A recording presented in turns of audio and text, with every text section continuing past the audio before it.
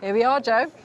Our first RHS flower show of the year. Yeah, it's fantastic. And I get this sort of sense of hope and anticipation and excitement. I mean, it's all of those things. Yeah, it all starts here, doesn't it? It does. Really, the whole show season starts here. And what an incredible setting. We've got the Malvern Hills behind us. So it's Gardener's World coming from the RHS Malvern Spring Festival.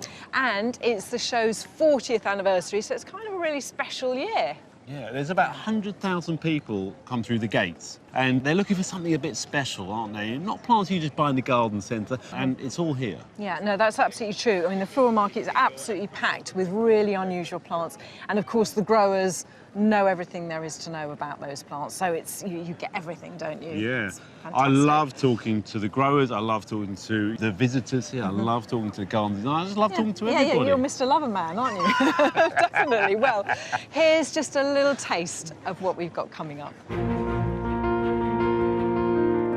This glorious part of the world, where the three counties of Worcestershire, Herefordshire and Gloucestershire meet, offers some of the richest soil and one of the best growing landscapes in the UK. And in late spring, it never looks better. In the shadow of the Malvern Hills is the showground, a magnet for green-fingered visitors. It boasts a floral marquee bursting with blooms. I'll never tire of the spring colour on show. This is the start of my gardening year. This is my first show garden. I've never done anything like this before. I really cannot wait to see the plants delivered safely. That's my main concern at the moment. There's a festival of houseplants which no other flower show offers. Houseplants can be hugely addictive. There's so many here, it's difficult not to get excited. When you do an RHS show garden, your house becomes full of plants. They're everywhere, literally everywhere. I'll see you there, me lovers. Wish me luck. Some of the brightest minds in gardening of all ages ply their trade here. It's a show that honours the plants and the people of the past, whilst embracing the future gardeners and growers. Malvern is the three counties showground, so it's not just RHS to us, it's also the farming and the community. So it feels a bit like a spiritual home to us. And what other show has a view as good as this? There's nowhere on earth I'd rather be. This is the nirvana for garden creatives. It's the enthusiasm of the crowds. It's almost like they've been locked up all winter and it'll put a smile on their face for the rest of the year.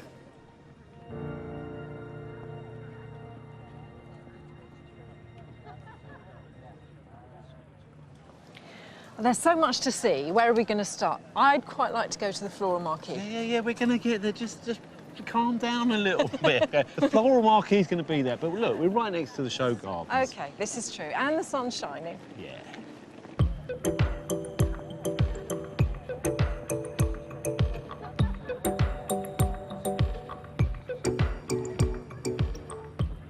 I think this is wonderful. It's called the One Garden, which I think is a brilliant name.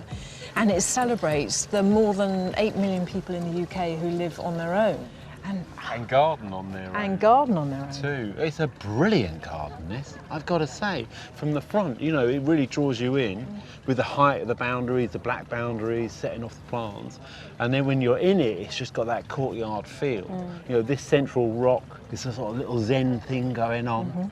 But also, I think the overall style, because of the brickwork, it's sort of slightly South American, but very British in a way at the same time. I mean, the bricks are extraordinary. It looks like the whole garden's been laced together, doesn't it? Extraordinary. And the colours in the bricks are fantastic.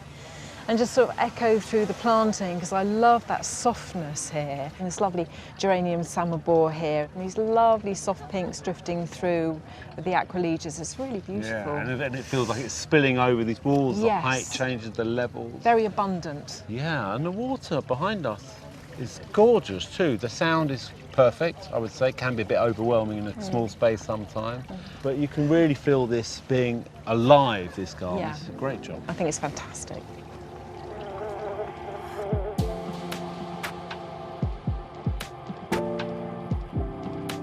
Blessings from the Sea tells the story of Korea's coastal scenery and the Chilippo Arboretum, founded by Carl Ferris Miller in 1970. I like this rill a lot. The way it steps down and then actually the detailing on the inside. I like these edging tiles just sort of laid on their sides. So simple that one could do that. Now, we might not all have a salt-laden breeze to contend with, but what this garden does so well is show how low-level planting can hunker down, protected from the wind, while shrubs like this flowering viburnum give you the height without fighting the elements.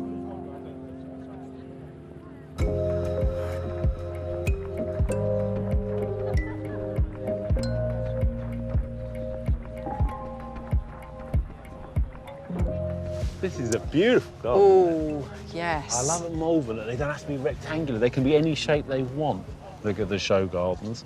And this feels like it's been here forever. Yeah, it's got a real atmosphere, hasn't it? But the whole thing here is about attracting and keeping and feeding and making beneficial spaces for birds. That's the real key to And it. of course, you've got to give them food sources through the planting pretty much. And it's also that multi-layered thing, isn't it? So that you're feeding the birds directly, but you're also feeding insects, which in turn feed birds. Yeah. And I think this is absolutely fantastic.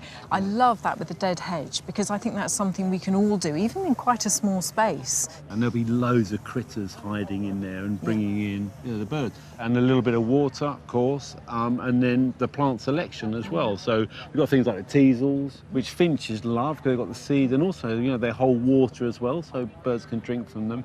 And there's achillea over there. Now, starlings make their nests from achillea leaves because it's got anti-parasitic qualities. So they'll go for that specifically. So, you really need to sort of hone it down and have a good variety of plants.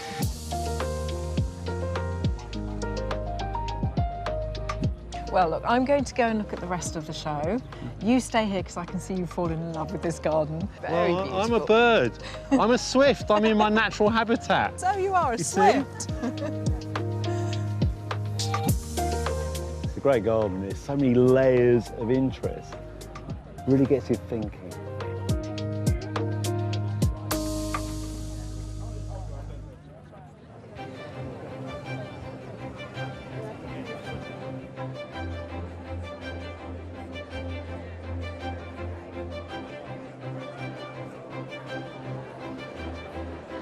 I've been waiting all year for this. Back in the floral marquee, all of these stunning plants.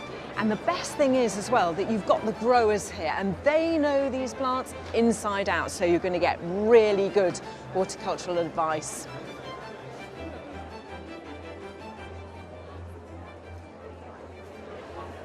Well, here's something very close to my heart, because I actually got into gardening because of alpines. My father really loved them and we had a rockery. It was the 1970s after all. And so to see these little saxifragas here, look at this. The foliage is just so kind of tight to the base, and then you've got these lovely airy flowers just opening in the white up here. And something else that's very special, this little miniature Edelweiss here, which really speaks of the Alps. And it's easy to assume that because some of these flowers look so delicate that they're difficult to grow, but actually they are bred to be really resilient. They're fully hardy. What they do need is really sharp drainage. Just make a little arrangement with a few bits of rock and some gravel around and they'll be perfectly happy in that. It's a bit of a squeeze. I've got something of a thing about scented leaf pelargoniums at the moment, so I'm looking for a couple more to add to my collection. And look at this one, this is fantastic. It's called Pink Capricorn. This really beautiful sort of strong magenta. I like that one very, very much. And I'm finding them actually very easy to grow. So I do protect them over the winter. They don't stay outside, they're not hardy. But also taking cuttings from them as an insurance is a good idea, just to sort of keep having young, healthy plants. And they root actually very easily. But they're absolutely beautiful, this range of colours. The only thing is choosing which one to take home.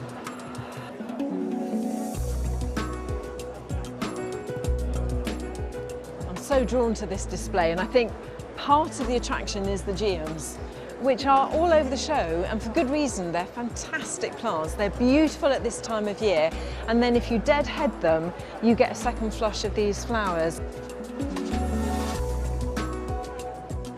I love this pink petticoats because of that sort of really frilly tutu skirts. I think it's very well named, and I like this one as well. Yes, so that is Tempo Rose. A little bit taller, and it actually does better if it's in the semi-shade because the colour is more vibrant and richer.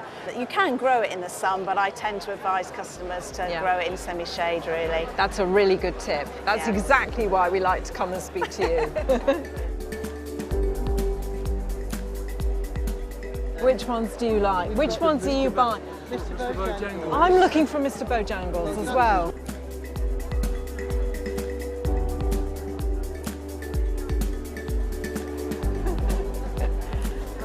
Perfect. That bag is bulging with geums. Thanks so much.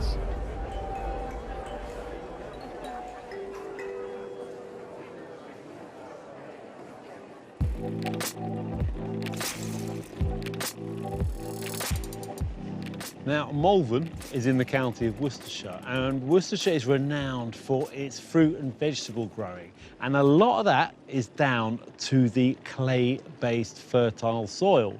Now, you might think, oh, clay soil, that's a problem, but actually it isn't. There's a few basics you've got to get right. And on this feature garden, they show you what to grow, how to grow it, and how to improve the soil. I've got clay soil, trust me, it's not a problem.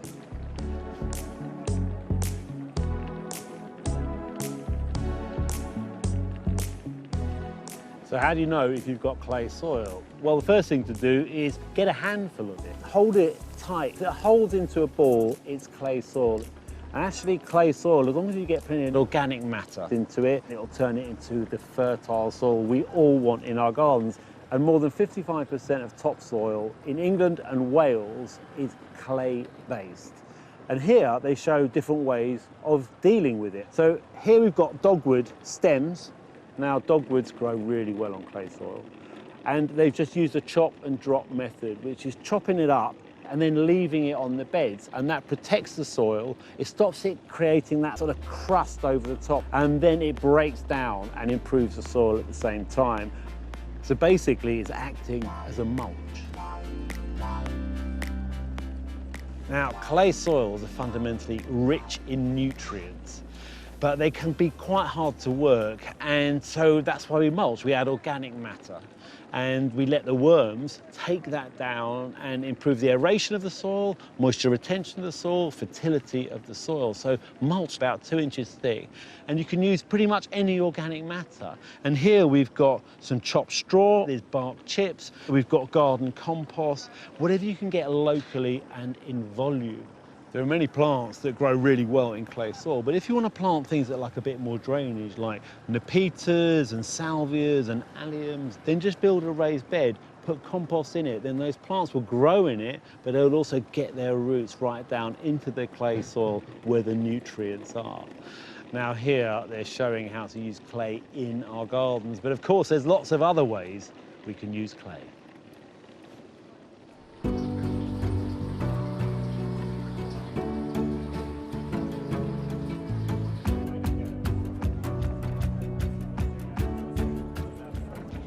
For the first time this year, they've introduced a new category called Floral Tablescaping.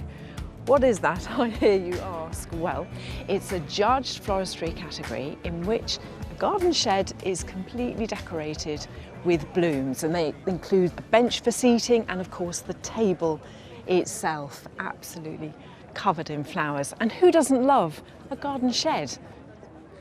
This shed is spectacular. It's so abundantly filled with plants.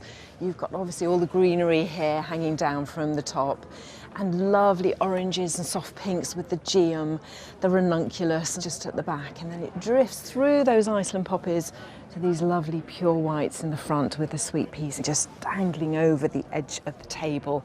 And I love this touch, just a little collection of strawberries on the front, definitely good enough to eat.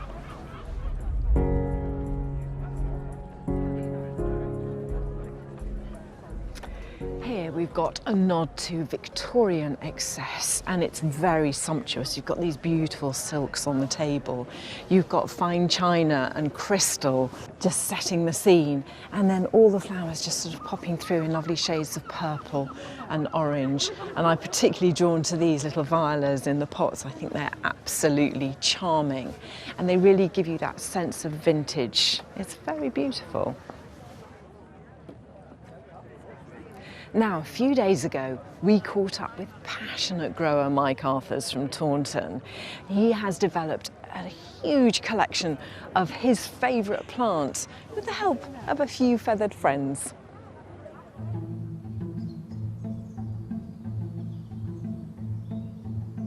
Ah, there he is. Ah, so boy. So this is Elegance. It's a lovely good grower. It's a blue hosta. And if you look in where it hasn't fully opened yet, you start to see the blue coming up. It's got wonderful texture, great size. And look at that, it's pushing out of the pot already. It wants to grow. It's a bit of a beast. My name's Mike, and we grow hostas. Quite a number of them. We go to plant fairs and to the shows. What we like doing is we like educating people, entertaining them. It's lovely to bring a smile to people's faces.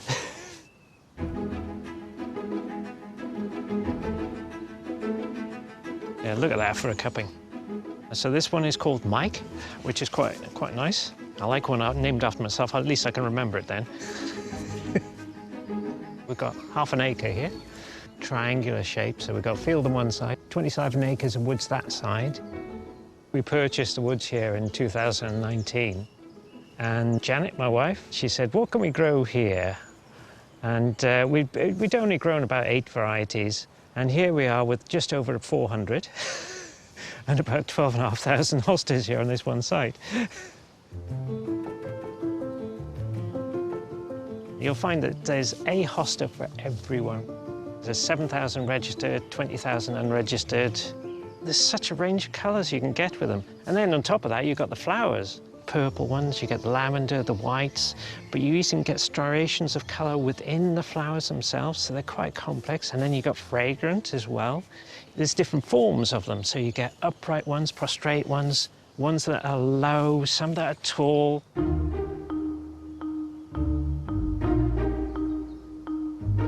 There we go.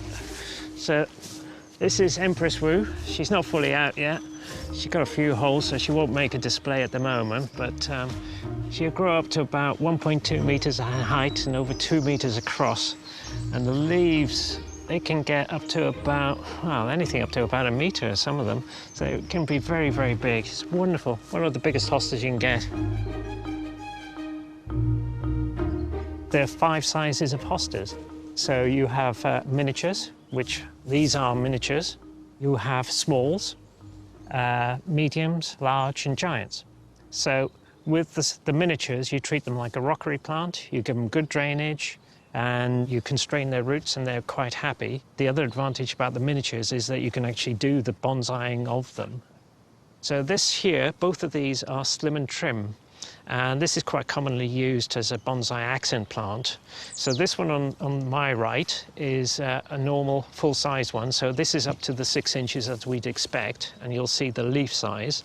And this one, just by virtue of its shallowness of the bowl, the leaf size is so much smaller, almost about 1/3.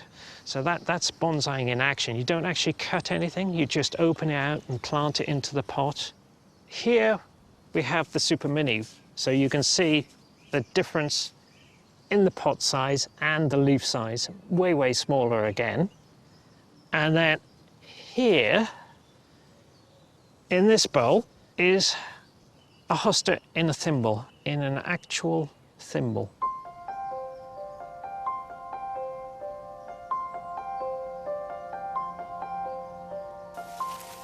Good girls. Yeah, you check under there. This is Sparty. So she's a khaki Campbell. She's almost coming up to 10 years old. We got you so as to help clear the place of ticks and other things around the site. So it's a natural way of doing it. And then we got Starina down there because we needed a slightly bigger duck to deal with slugs and snails. In terms of prevention, one of the simple techniques that you do is that you put a bit of shade netting at the bottom of the pot instead of crocks. If you don't have shade netting, you don't have to buy it. You can actually go down the supermarket, and if you buy some onions in a bag, you can use that as the netting. But it's very effective, and the reason for that is it stops the slugs and the woodlice from going in, laying a nest, laying eggs in the pots, and then going upstairs for the buffet. Another one is a very simple technique to protect a plant from slugs and snails is if you have a saucer about this sort of size and a pot this size, if you put water in the bowl and then you raise the pot up just slightly out of the water, then as long as there's a 3-inch or 7.5 centimetre gap all the way around, the slugs and snails can't swim. The slugs and snails can stretch up to 3 inches or 7.5 centimetres. So that's why it has to be at least that much of a gap.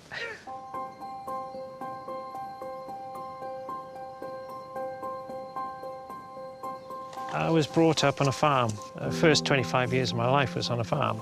And the thing about being a farmer is whatever you do, it's about husbandry and looking after stock or plants or whatever. So yes, you have a desire that they be generated to the best of their abilities. Malvern is the 3 counties showground, so it's not just RHS to us, it's also the farming and the community. So it feels a bit like a spiritual home to us.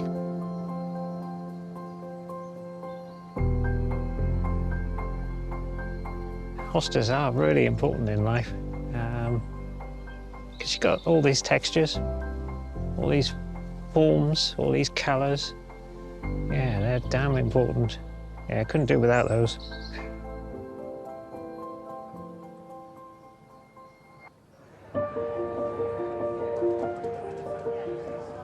Mike, I think you must have the happiest hostas in the land. I mean, they look really beautiful and they're gorgeous here as well. I'm interested to know, I like to let my hostas flower. I enjoy the flowers, but most people cut them off. What do you think? Well, we love to let them flower because we think that they're incredibly beneficial to the insects. They're all over them. And the other thing is that there is such a thing as a fragrant hosta.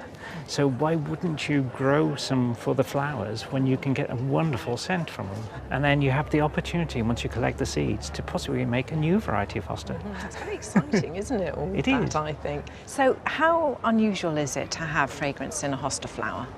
So there's something in the region of about 7,000 plus registered varieties and 20,000 unregistered, but only about 130 fragrant ones. Oh. So quite rare by comparison. So when you're hybridising your hostas, is fragrance something that you aim for? We want to get big red stemmed with some blue tops, but fragrance as well. So we definitely want to keep that in mind of what we're developing. And we've actually got a couple that have already developed some fragrance, which came as a bit of a surprise to us. Pleasant surprise, mind you. Well, that sounds really exciting, something to look forward to. I can't wait to see them here in a few years.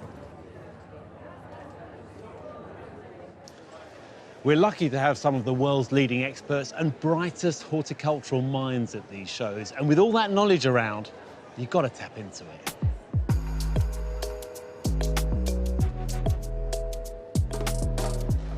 Ah, this is beautiful. Look at that. That really is a picture.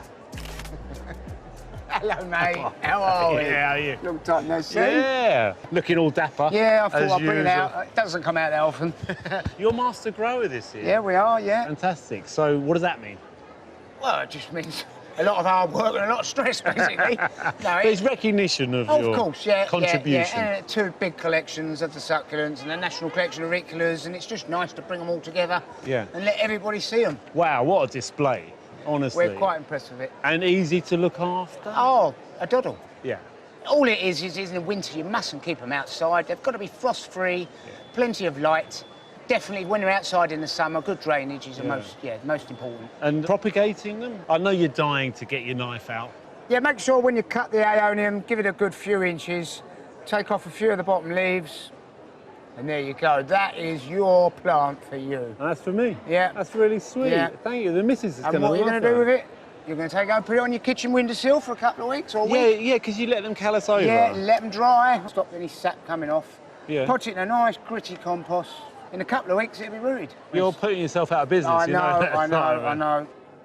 I remember your lovely dad. He started the whole bowler hat thing. He did. Always dressed so smartly. Yeah, and now I'm copying him. Yeah. But there's now a third generation now. Oh, really? Hey, Louise, bring Jodie over here a minute. Come on. Hey, here she is, look. With the bowler hat. And she's got a bowler hat. Fantastic. So do you like all this gardening business? I don't know. You're master grower this year. Are we? Yeah? Well, it's been lovely to meet you all. Thank you very much. Sorry, You take care, Joe.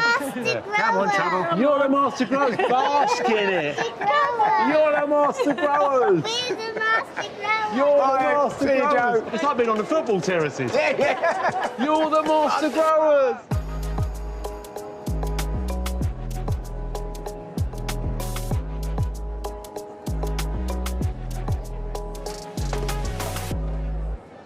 Now, there's one gardener here who has designed her first ever show garden inspired by what some would say is a forgotten art. We caught up with Laura Penniver a couple of weeks ago as she prepared herself for this exciting moment.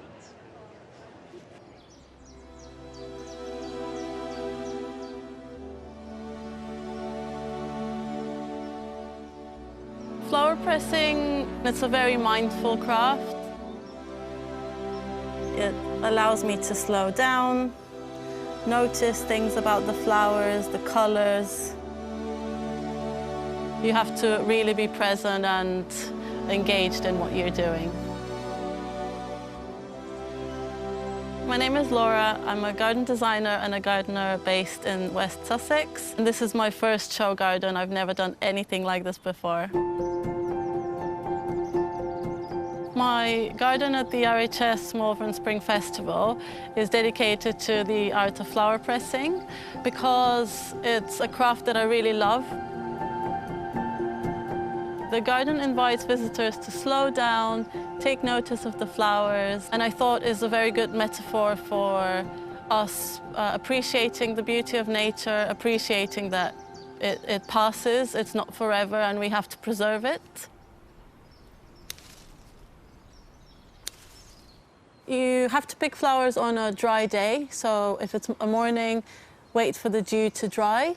And you look for ones that have quite thin petals, they will press really well, like daisies or like this geum. Anything that's not too juicy, as that creates moisture. So these would be absolutely perfect. I had a lovely childhood.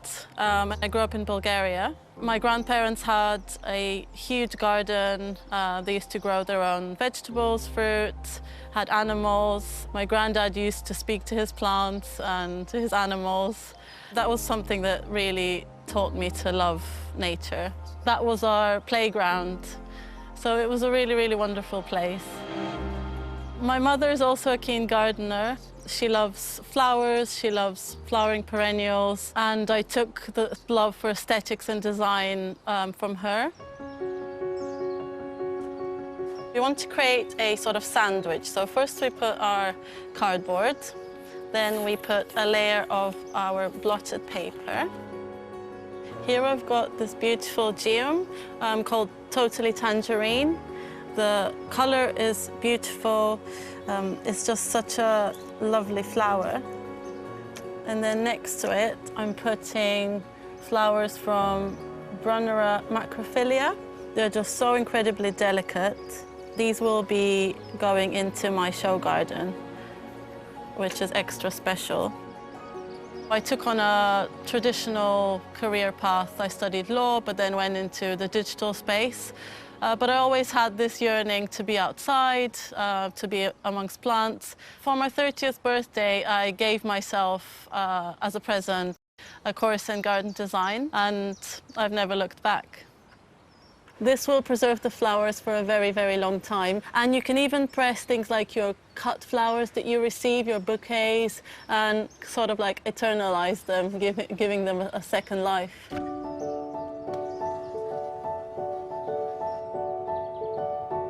So this is my garden. It's nice and sunny. I've designed this garden to be interesting all throughout the year, and I've taken a lot of these plants and incorporated them in my design for the show garden. So for example, the geum, totally tangerine, the rigaron, and this beautiful green hackneycloa. They are some of my favorite plants, and I wanted to make the garden as authentic and me as possible.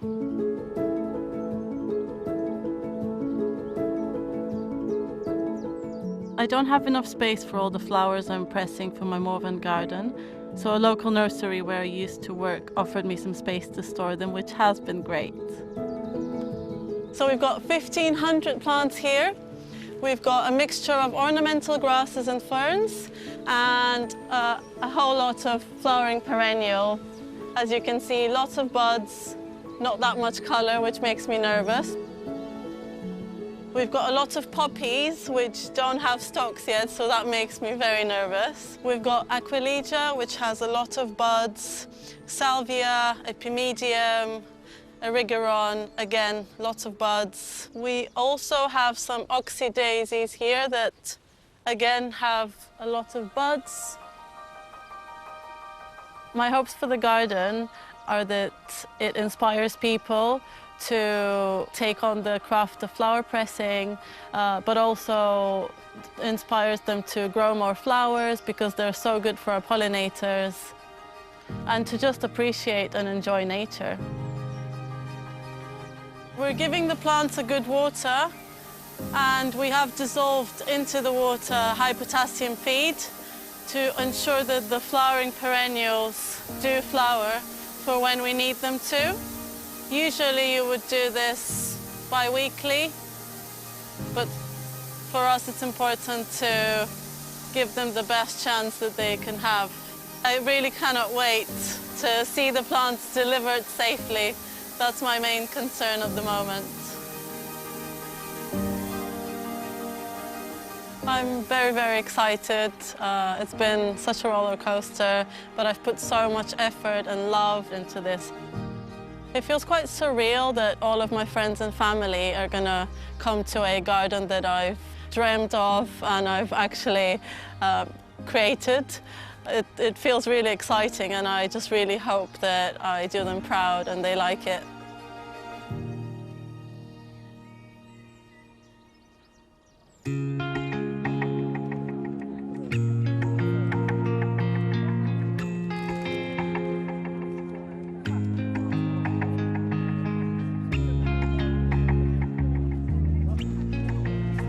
Well, this is exciting, Laura.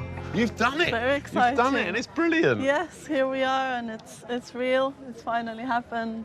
My vision's come to life. Yeah, is it how you wanted it to look? It's everything I hoped for and more. It's been a roller coaster, but I would definitely do it again. It's very addictive. So your plants here, I mean, it really is vibrant. You've got oranges and blues. Absolutely, and I have the textures, the height, everything I hoped for. I think the Anthryscus has blown my mind, and the aquilegia, everything is doing what it's supposed to be doing. So we've got this structure, this canopy above us, which again takes the theme of flower pressing. That's exactly right, yes, and we are using plywood, which is used to make flower presses. And it's a nice little shady spot as well. And also the visitors can actually walk through your snaking path, right? Yes, absolutely. So they can experience it for themselves. Yes, they can come in. We're going to have some instructions for them to cut some flowers and press them. Hang on a minute, you're letting the visitors loose. You're letting them loose in your... They need overseeing, trust me. Don't just give them a pair of scissors and say, go for it. I will be here to assist and, yes, answer any questions and help out. Well, it's lovely. I mean, the whole flower pressing theme, it sort of throws me back to my childhood, because I remember pressing flowers with my mum, and now I've got a granddaughter. And I think it's something that she would absolutely love to do, and you've shown how to do it. This garden is for everyone, children, elderly, whoever wants to get involved. I'm not that elderly. No, not yet. You're the perfect age, golden age. Oh, beautifully put. Well done, Laura. It's a great garden. People are going to absolutely love it. Thank you so much. I appreciate it.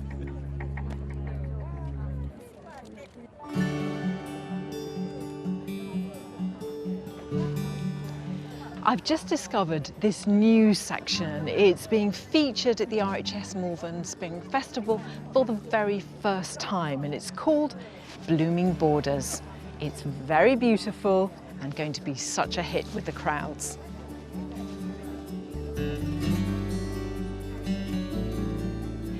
We've got a backbone here of native hedging, because this whole garden design is about catering to the needs of wildlife. Hawthorn being really dominant, but there's field maple and other things. And then just to show how you can combine native plants with ornamentals, it just filters softly through. We've got the cow parsley intermingling with the thalictrum in that lovely soft mauve. And then the pinks come in. There's a lovely scabious there called Kudo Pink. So it's taking that approach where everything combines to be beneficial for wildlife and looks beautiful too.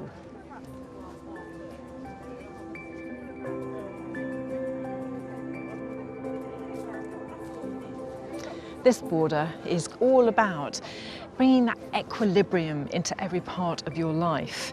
So you've got these 3 conifers just making sort of pillars of strength all the way through this end of the garden. But then with that, all of the planting just sort of melds beautifully together with lots of movement from the grasses and from the bronze fennel. And then anchored between that in fantastic colours. The geums are really striking, and of course the irises.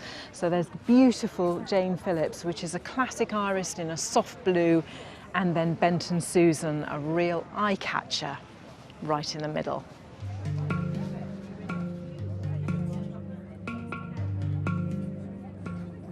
This is a representation of a human eye. So right at the centre you've got that bowl of still water, that's the iris.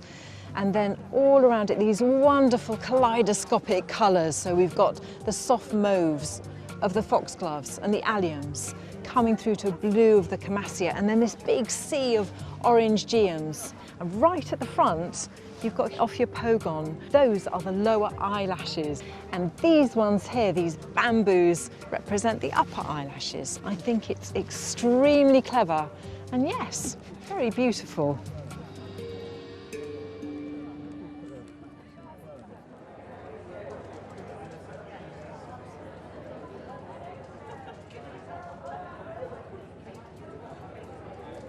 Ah, the Festival of Houseplants. Well, it's a festival within a festival, and it's been a great addition to the show over the last 3 years. It's absolutely buzzing in here. And if you've got a garden, well, houseplants are a great addition. And if you haven't got a garden, they're essential, aren't they? A great way of channeling your horticultural energy.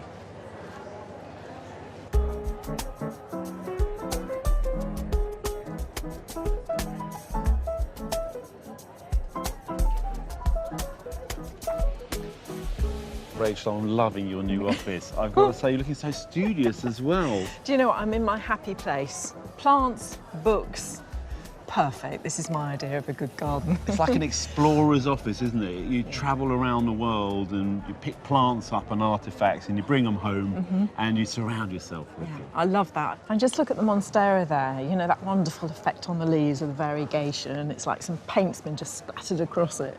But I like the scale that that gives. And then we sort of go down to these small things like the little terrarium. Just that sort of miniaturisation almost of the plants. A beautiful little mini landscape. Really, really gorgeous. But I also like the use of space here, just to green up the room in general. You know, this sort of tearing effect of all these pots and plants. And also, they purify the air, don't they? So, you know, they're good for you. They're good for you. On many, many levels. I like the lushness of it. And I also like the air plants and the way that they just sort of drifting down the front of the bookshelves. It's sort of like a bit Miss Havisham. It's like it could do with the dusting. Yeah. We could do that, yeah? No, I do a lot of dusting at home. I'm not starting here at Malvern, no.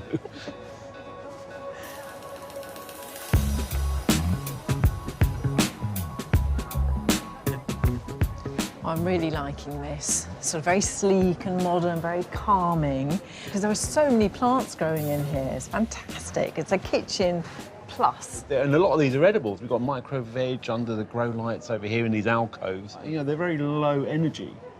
And also the herbs behind us, lots of plants respond and you can grow all year round. So parsley, oregano, thyme. But come on, look at this centrepiece. This is what everyone's going to be talking about. This kumquat is amazing, isn't it? It's really something, I must say. And I like the way that they've kind of removed all of the lower growth that must have been there, just to sort of lift the crown so you've got a proper parasol to eat under. It's fantastic. This was grown from seed in the UK and it's about 7 years old. So there's hope for every gardener.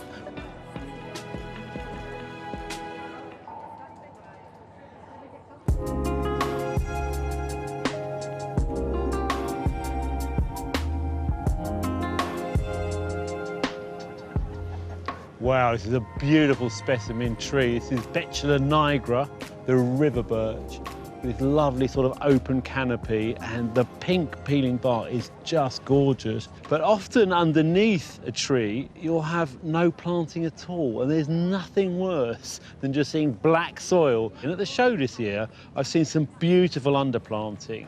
We've got colour and texture. So we've got this Anthriscus ravenswing, this lovely frothy form of cow parsley with the lovely dark purple stems. And then we've got this lovely knapweed. This is called Geordie. The flowers are just wonderful. Picks up on the stems of the cow parsley. And then at the front of the border here, we've got a really good grass, and I use it all the time. It's evergreen. It grows in sun or shade. This is Cecilaria autumnalis. We've also got the vertical accents of the foxgloves. We've got geraniums in there. There's a lot going on, but it's a great selection of plants under this birch. But I'm going to go and find some more plants in the floral marquee that are great for this sort of ground cover stroke underplanting.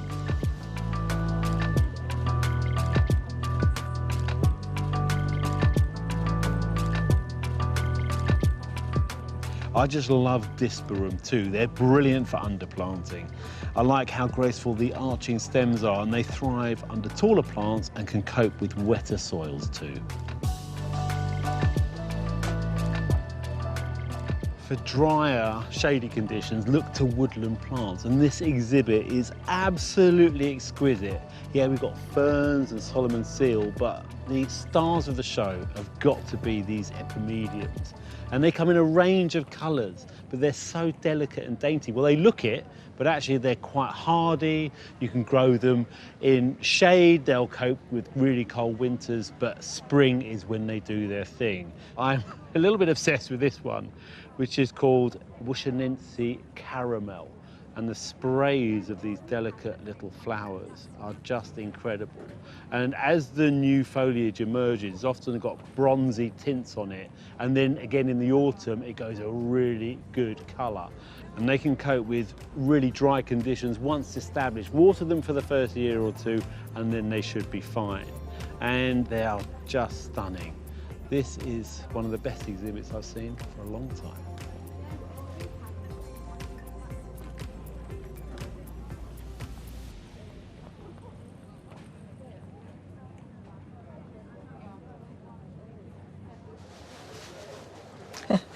Now, this really takes me back. In fact, I remember my mum making a patchwork quilt using fabrics that were very much like this. The whole thing is designed by Alina, and I think it's absolutely wonderful. And she recorded her progress as she prepped for the big event. So this is what my house is now looking like. When you do an RHS show garden, your house becomes full of plants. They're everywhere, literally everywhere.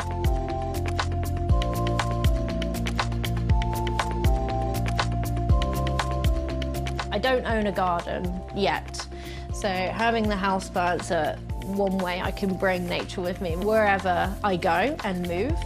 Houseplants are great for me. Nature in general inspires everything I do and influences very heavily in the jobs I take as well. My first job at a garden centre, and I now work at another little houseplant shop. It's also so rewarding, and I could not imagine my life without houseplants now. So this is a Homelamina Maggie. I love a Homelamina Maggie. I always recommend it because it is just so hardy. They want a nice bright space, so like an east or west facing window. So this is a giant Alocasia zebrina, which will be at the show. This is an absolute stunner of a plant. I love Alocasia zebrina because of its texture on its stem. Looking after all of these houseplants for the show means I'm going to have to keep on top of watering, but I always use my baker cake method to help me know when to water. So with a trusty stick, and like baking a cake, you pop the stick in like so. And when it comes out clean, I know the plant is thirsty and really needs a drink. But if I was to pop the stick in and it came out dirty, I know the soil is still wet and I wouldn't need to water the plant. I'm a massive fern lover. I love ferns. They're probably one of my favourite species. Got different platycerums. This one, for example, is a platycerum hilly, and these guys are mounted on oak planks. I have got some dwarf varieties here, which will be at the show, but before they can go, they need to be mounted like their bigger brothers. So that little guy, he's going to sit like that. It's a little bit fiddly, but it's also very therapeutic. Having the moss on helps retain the water for the fern. There we go. It's so cute.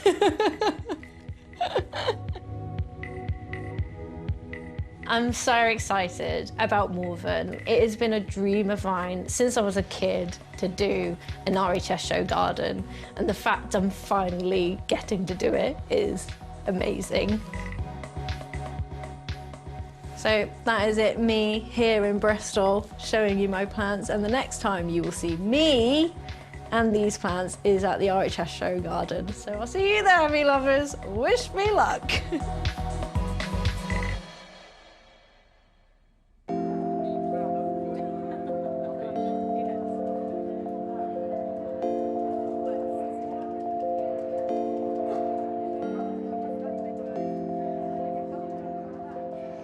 Well, Alina, your passion and enthusiasm certainly comes through. Thank you. So the whole 70s theme that's throwing me back to my childhood, I'll be honest with you. Yeah. Where did that come from? So I love looking through my family photo albums. My dad has a massive collection at home, and I love flicking through them and seeing all of the old decor and them as kids in these really retro homes.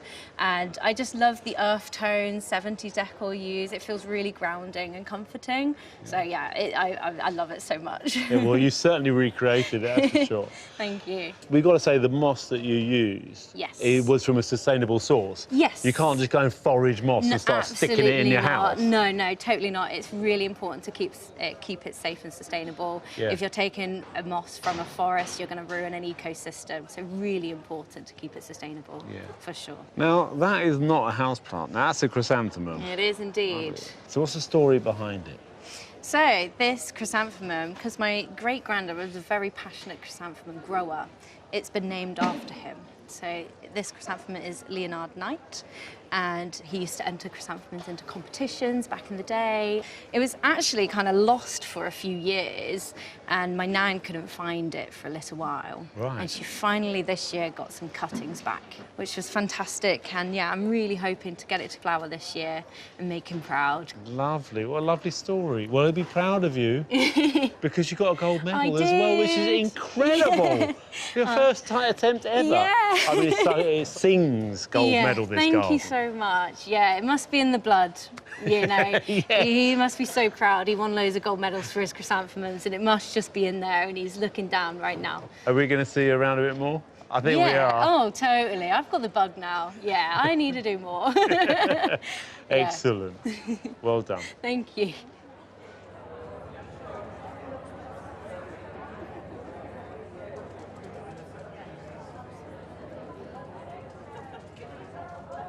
I do love a foxglove, whether it's the simple beauty of our own native Digitalis purpurea, which has not so many flowers on the stem, but a sort of a lovely charm. And that's a biennial. It takes 2 years to complete its life cycle. Alternatively, there's something like Apricot Beauty, which has flowers all the way around the stem. They're really sort of packed in, and it's a short-lived perennial, so you're going to get probably 3 consecutive years of flowers from that plant. But what they both do is give you that wonderful vertical accent, so they're like a punctuation mark through the planting. And the other way that you can get that height, of course, is by using a climber, perhaps on a tripod or an obelisk. And there are so many fantastic climbers at the moment, just coming into their very best time of year. We went to visit Marcel de Fossard, nurseryman, and his thing is Clematis.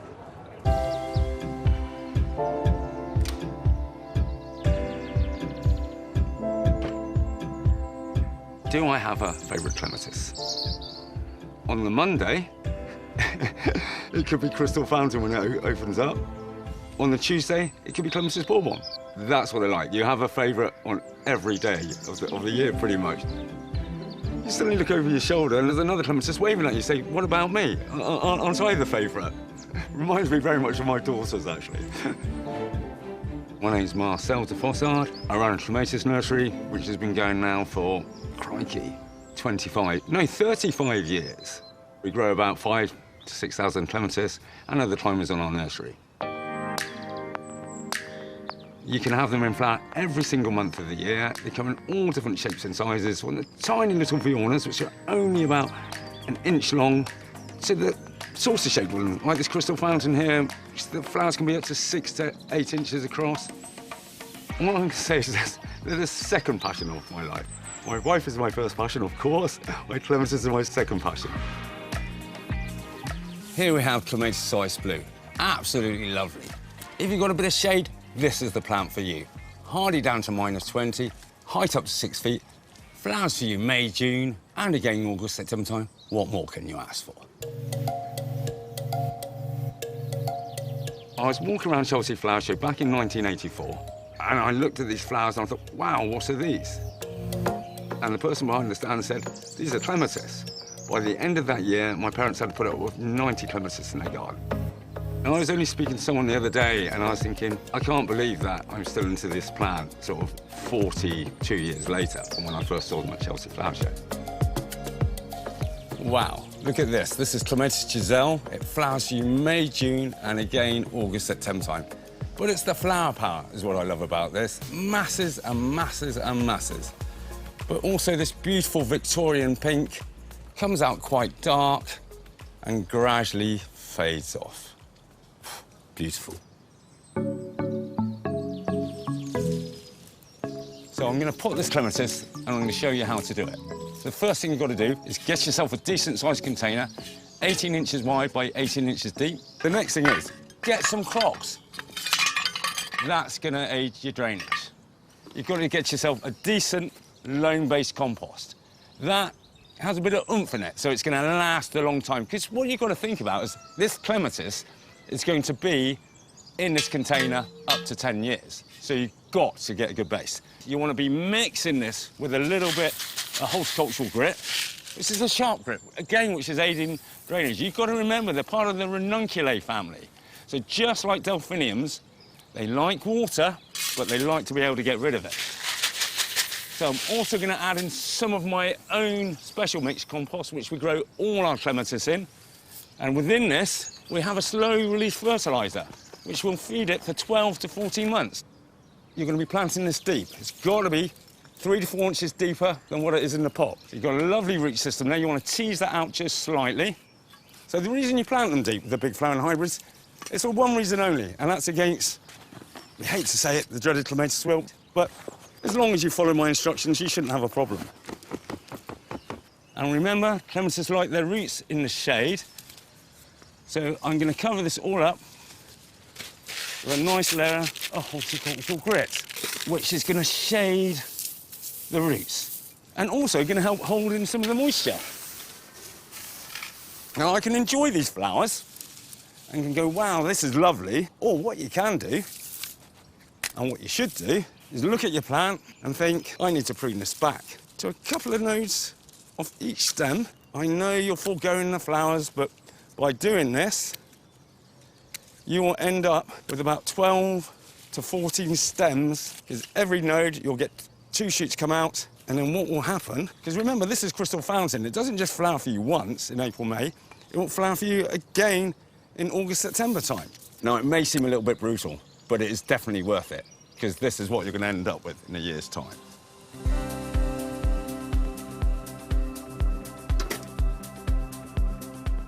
Obviously, we have pruned this back hard because we want to get a strong, bushy plant. How do I know when to prune my clematis? If it flowers before June, no need to prune.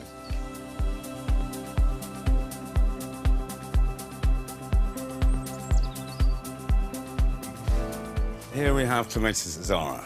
She's just starting to pop, but it's a week to go before Malvern, so all the rest of those beautiful buds have to burst open. So what I'm going to do now, I'm going to check, first of all, that there's no weeds at the base of my pot. Any yellow leaves, I will take off, and any stems which have gone a bit lax, I will tie back in, but only gently so they don't look like they've been strangled.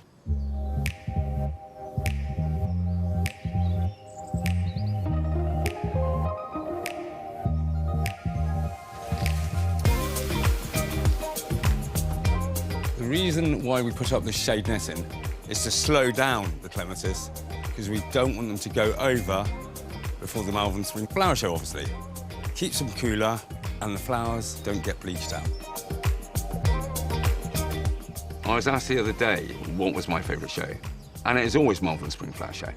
It's the beginning of the calendar year for the big flowering clematis, and it's when we can do the biggest impact. But it's the enthusiasm of the crowds. It's almost like they've been locked up all winter and they can't wait to get out into their gardens, get those lovely clematis in there, get them growing, and it'll put a smile on their face for the rest of the year. You'll see at least 20 different varieties of clematis on our stand, and hopefully, they would have made it out into flower.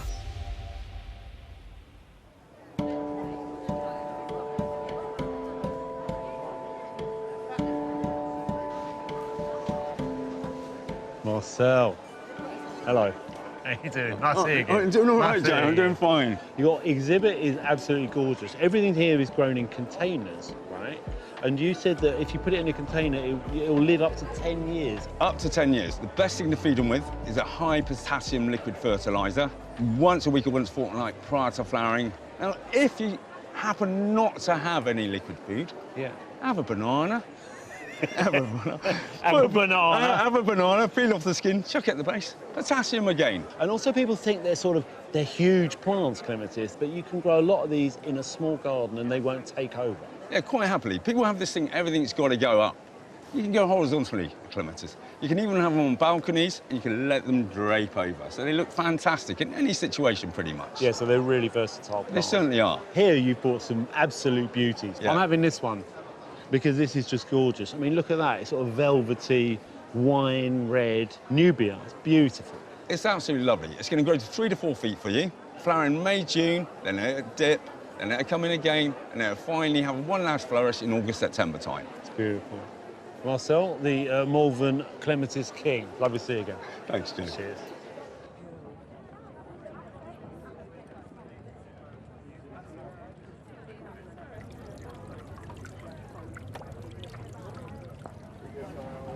Ah, here you are. Turn my back for 5 minutes and you built another show garden, Rachel. I wish. It's so beautiful, isn't it? Bloody calming, isn't it? Yeah, what a fantastic day we've had. Oh, glorious. Amazing. What a show. What a show. 40th anniversary, you can see it's a special year, definitely. Yeah. Well, sadly, that's all from us here at the RHS Malvern Spring Festival. But the show itself is open until Sunday, so I highly recommend that you come and take a look for yourself. Yeah, if you can make it, do. But from us, it's goodbye. Bye.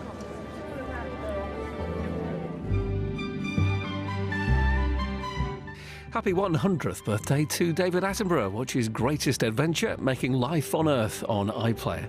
We can also watch the realities of life inside Scotland's biggest prison. Follow the inmates inside Barlini. Next ideas for your greenhouse to Beech Grove Garden.